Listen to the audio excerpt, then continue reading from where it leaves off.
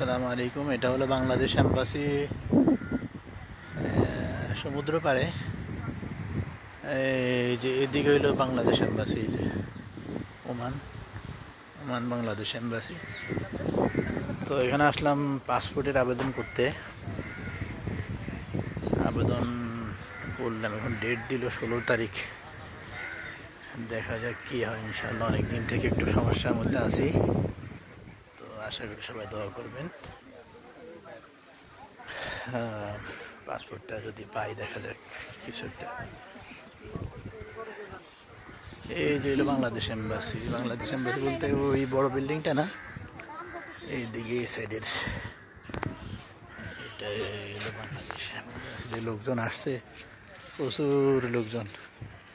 এত মানুষের সমস্যা বিদেশে, তো মানুষের এই যে হলো বাংলাদেশ এম্বাসি ওমান থেকে মাস্কাটের মধ্যে। এই যে পতাকা কাটতেছে। তো এই যে হলো বাংলাদেশ এম্বাসি ওমান শাখা, মাস্কাটের মধ্যে। তো আমি আসলাম সকালে আমার পাসপোর্টের আবেদন করার জন্য। দীর্ঘদিন থেকে আমি একটু সমস্যার মধ্যে আছি। তো এখানে প্রচুর লোক, এত মানুষের সমস্যা। তো এই যে আপনারা দেখছেন, প্রচুর মানুষের সমস্যা। ঠিক আছে, ভিতরে তো অনুমতি নাই মোবাইল নিয়ে যাওয়ার, ভিডিও করার। মোবাইল নিয়ে যাওয়া মানে ভিডিও করার অনুমতি নেই। এখান থেকে দেখছি আমি অসংখ্য মানুষের সমস্যা,